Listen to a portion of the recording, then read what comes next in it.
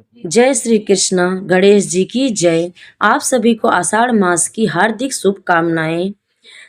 आप सभी का हमारे इस पावन धार्मिक कहानी परिवार में हार्दिक स्वागत है। आज हम आपको बुधवार व्रत का ऐसा महत्व बताने जा रहे हैं जिसे बहुत कम लोग जानते हैं। कहा जाता है कि जो भी श्रद्धा और विश्वास के साथ बुधवार व्रत करता है और उसकी कथा पूरी सुनता है, उस पर भगवान गणेश और बुद्ध देव दोनों की विशेष कृपा होती है। जीवन की बाधाएं दूर होती हैं, बुद्धि तेज होती है, व्यापार में उन्नति मिलती है, परिवार में सुख शांति आती है और रुके हुए कार्य पूरे होने लगते हैं। इस कथा में एक ऐसी महत्वपूर्ण बात भी बताई जाएगी जिसे जान लिया जाए तो व्रत का फल कई गुना बढ़ जाता है। इसलिए आपसे हाथ जोड़कर निवेदन है कि इस वीडियो को बीच में बिल्कुल भी न छोड़े, क्योंकि अंत में हम बुधवार व्रत से जुड़े कुछ ऐसे आवश्यक नियम और सावधानियां बताएंगे जिन्हें बहुत से लोग अनजाने में भूल जाते हैं और इसी कारण उन्हें व्रत का पूर्ण फल नहीं मिल पाता। यदि आप भगवान गणेश और बुद्ध देव का आशीर्वाद प्राप्त करना चाहते हैं तो पूरे मन और श्रद्धा के साथ इस कथा को आरंभ से अंत तक अवश्य सुने। आपके मन में कोई विशेष मनोकामना है तो वीडियो शुरू होने से पहले कमेंट में जय श्री गणेश अवश्य लिखिए और सच्चे मन से भगवान का स्मरण करें। अब आइए पूरे श्रद्धा भाव से के साथ बुधवार व्रत की पावन कथा का शुभ आरंभ करते हैं। प्रेम से बोलिए गणेश जी महाराज की जय। बहुत समय पहले की बात है। एक साहूकार का नया नया विवाह हुआ था। उसकी पत्नी मायके गई हुई थी। नया विवाह था, नई उमंग थी। साहूकार का परिवार भी कुछ खास बड़ा नहीं था। जो रिश्तेदार थे उनके घर बहुत दूर थे। अब साहूकार को अकेलापन अच्छा नहीं लग रहा था, उससे रहा नहीं गया और साहूकार जा पहुंचा ससुराल। साहूकार की बड़ी आवाभगत हुई, लेकिन ससुराल में तो अपनी पत्नी से खुलकर बात करना दूर, सूरत देखना तक उसको बहुत बड़ा मुश्किल था। अगले ही दिन साहूकार ने कह दिया कि विदाई की तैयारी कर लीजिए, हमें निकलना है। अब संयोग बस उस दिन बुधवार था। बुधवार का दिन होने के नाते सास ससुर ने समझाने का बहुत प्रयास किया कि बेटा, आज बुधवार का दिन है, इस दिन बेटी की विदाई नहीं करने का रिवाज है। बेटी की विदाई क्या, किसी भी शुभ कार्य के लिए यात्रा करना अच्छी बात नहीं है। लेकिन साहूकार नहीं माना और कहा, मैं इन सब बातों को नहीं मानता, आप हमें जाने का आशीर्वाद दीजिए। अब अपने दामाद के आगे सास ससुर की कहाँ चलने वाली थी। मन मसोर कर तैयारी करने लगे। बेटी की विदाई कर दी। अब चलते चलते रास्ते में साहूकार की पत्नी को प्यास लग जाती है। साहूकार जैसे पानी लेने के लिए जाता है तो वापस आते ही उस बहुत हैरान हो जाता है। अपने ही हम शक्ल को गाड़ी में पत्नी की बगल में बैठकर देखता है। उसकी पत्नी भी एक शक्ल के दो पतियों को देखकर बहुत परेशान हो जाती है। और उसका पति कौन है? जैसे ही साहूकार ने पत्नी के पास बैठे व्यक्ति से पूछा कि वह कौन है, तो पलटकर उसने जवाब दिया कि भैया, मैं तो फला नगर का साहूकार हूँ और फला नगर से अपनी पत्नी को लेकर जा रहा हूँ। तुम बताओ, तुम कौन हो जो मेरा वेश धरकर यहाँ आकर कबाड़ में हड्डी बनने के लिए धमके हो। ऐसे बहसबाजी करते करते दोनों में झगड़ा बढ़ गया। झगड़े को देखते हुए राज्य के सिपाही वहां आ पहुंचे और साहूकार को पकड़ लिया।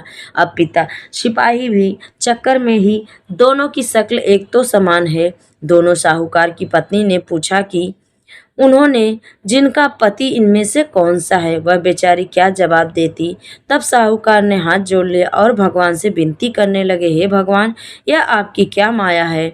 तभी आकाशवाणी हुई कि मूर्ख, याद कर, कुछ देर पहले ही तूने अपने सास ससुर की आज्ञा न मानकर भगवान बुद्ध का अपमान किया और बुधवार के दिन तू अपनी पत्नी को लेकर चल पड़ा, जबकि तुझे इस दिन जाना नहीं चाहिए था।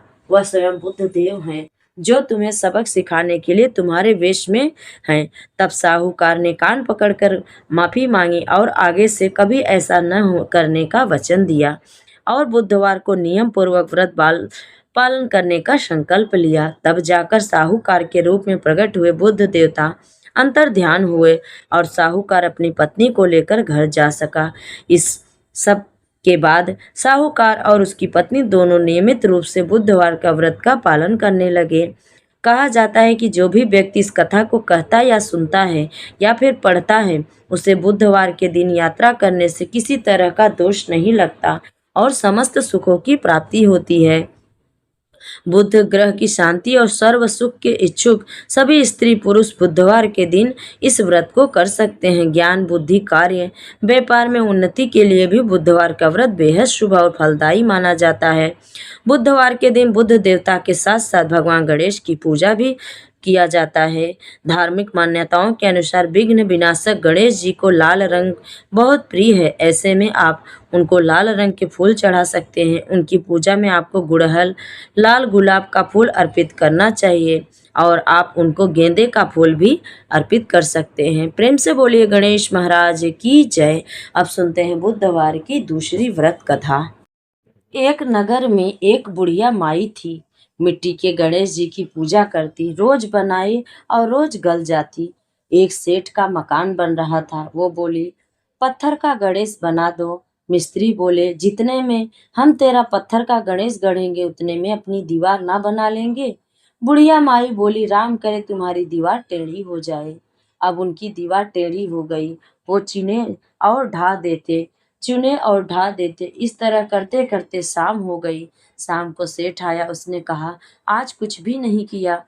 वो कहने लगे, एक बुढ़िया माई आई थी। वो कह रही थी कि मेरा पत्थर का गणेश गढ़ दो। हमने नहीं गढ़ा तो उसने कहा तुम्हारी दीवार टेढ़ी हो जाए। तब से दीवार सीधी नहीं बन पा रही है।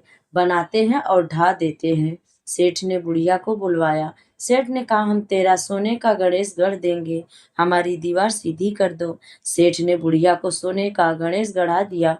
सेठ की दीवार सीधी हो गई। जैसे सेठ की दीवार सीधी की, वैसी सभी की मनोकामना पूर्ण करना। प्रेम से बोलिए गणेश महाराज की जय। अब सुनिए आषाढ़ कृष्ण गणेश चतुर्थी व्रत की कथा। एक बार पार्वती जी ने पूछा, हे वत्स, आषाढ़ कृष्ण चतुर्थी बहुत ही शुभदायिनी कही गई है, आप उसका विधान बताइए। इस मास के गणेश जी का क्या नाम है और उनकी पूजा किस प्रकार करना चाहिए। गणेश जी ने उत्तर दिया, हे माता, पूर्व काल में इसी प्रश्न को युधिष्ठिर ने पूछा था और उन्हें भगवान श्री कृष्ण ने जो उत्तर दिया मैं उसको आपको बता रहा हूँ, आप ध्यानपूर्वक सुनिए।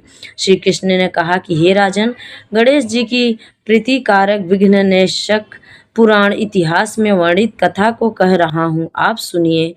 हे कुंती पुत्र, आषाढ़ कृष्ण चतुर्थी के गणेश जी का नाम लंबोदर है। उनका पूजन पूर्व वर्णित विधि से करें। हे महाराज, द्वापर युग में महेश्मती नगरी का एक महाजीत नामक राजा था। वह बड़ा ही पूर्णशील और प्रतापी राजा था। वह अपनी प्रजा का पालन पुत्रवत करता था, किंतु संतान न होने के कारण उसे राजमहल का वैभव अच्छा नहीं लगता था। वेदों में निसंतान का जीवन व्यर्थ माना गया है। यदि संतानहीन व्यक्ति अपने पितरों को जल देता है तो उसके पितृगण उस जल को गर्म जल के रूप में ग्रहण करते हैं। इसी उपापोह में राजा का बहुत समय बीत हो गया। उन्होंने पुत्र प्राप्ति के लिए बहुत से दान यज्ञ कार्य सिद्ध किए, फिर भी राजा को पुत्र की उत्पत्ति नहीं हुई। जवानी ढह गई और बुढ़ापा आ गया, लेकिन वंश वृद्धि नहीं हुई। तदंतर उसके बाद राजा ने विद्वान ब्राह्मणों और सज्जनों से इस बारे में परामर्श किया। राजा ने कहा कि हे ब्राह्मणों प्रजनों, हम तो संतानहीन हो गए, अब मेरी क्या गति होगी। मैंने जीवन में तो किसी भी पाप कर्म नहीं किया। मैंने कभी अत्याचार द्वारा धन संग्रह नहीं किया। मैंने तो सदैव प्रजाओं का पुत्रवत पालन किया, धर्मचारण द्वारा ही पृथ्वी का शासन किया। मैंने चोर डाकुओं को दंडित किया, इष्ट मित्रों के भोजन की व्यवस्था की, गौ ब्राह्मणों का हित चिंतन करते हुए शिष्ट पुरुषों का आदर सत्कार किया। फिर भी हे द्विज संतों, मुझे अब तक पुत्र न होने का कारण है। विद्वान ब्राह्मणों ने कहा कि हे महाराज, आप लोग वैसा ही प्रयत्न करेंगे जिससे आपके वंश की वृद्धि हो। इस प्रकार कहकर सब लोग युक्त सोच सारी प्रजाएं राजा के मनोरथ की सिद्धि के लिए ब्राह्मणों के साथ वन में चले गए। वन में जाकर वे लोग दुग्र गति से इधर उधर भ्रमण करने लगे। उन लोगों को उसी समय एक श्रेष्ठ मुनि के दर्शन हुए।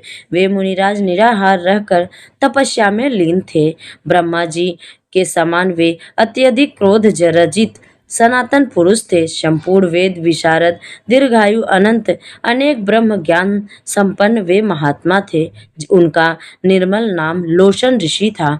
प्रत्येक कल्पांत में उनके एक एक रोम पतित होते थे, इसलिए उनका नाम लोमस ऋषि पड़ गया। ऐसे त्रिकालदर्शी महर्षि लोमस के उन लोगों ने दर्शन किए। सब लोग उन तेजस्वी मुनि के पास गए। उचित अभ्यर्थना प्रमाणार्थ के अंतर सभी लोग उनके समक्ष खड़े हो गए। मुनि के दर्शन से सभी लोग प्रसन्न होकर परस्पर कहने लगे कि हम लोगों को सौभाग्य से ही ऐसे मुनि के दर्शन हुए। उनके उपदेश से हम सभी का मंगल होगा। ऐसा निश्चय कर उन लोगों ने मुनिराज से कहा। जनता कहने लगी, हे महर्षि, हम लोगों के दुख का कारण सुनिए। अपने संदेश से निवारण हम लोग आपके शरणागत हुए हैं। हे भगवान, आप कोई उपाय बताइए। हे स्वामी, आप जैसे महात्मा को पाकर हम लोग किसी अन्य व्यक्ति से क्या कहें। आप ब्राह्मण एवं ऋषियों में श्रेष्ठ हैं। आपके बढ़कर कोई दूसरा पुरुष नहीं दिख रहा है। महर्षि लोशन ने पूछा, सज्जनों, आप लोग यहाँ किस अभिप्राय से आए हो? मुझसे आपका क्या प्रयोजन है? स्पष्ट रूप से कहिए, मैं आपके सभी संदेहों का निवारण करूँगा। हम आपके कल्याण की भावना रखते हैं। तपस्वियों की तपस्या केवल परोपकार उपकार के लिए भी होती है। प्रजाजनों ने उत्तर दिया, हे द्विजश्रेष्ठ, हम लोग जिस महान कार्य की सिद्धि के लिए यहाँ आए हैं उसे सुनिए। हम महस्मती नगरी के निवासी हैं। हमारे राजा का नाम महिजीत है। वह राजा ब्राह्मणों का रक्षक, धर्मात्मा, दानवीर, शूरवीर और मधुरभाषी है। उस राजा ने हम लोगों का पालन पोषण किया है, परंतु ऐसे राजा को आज तक एक संतान की प्राप्ति नहीं हुई।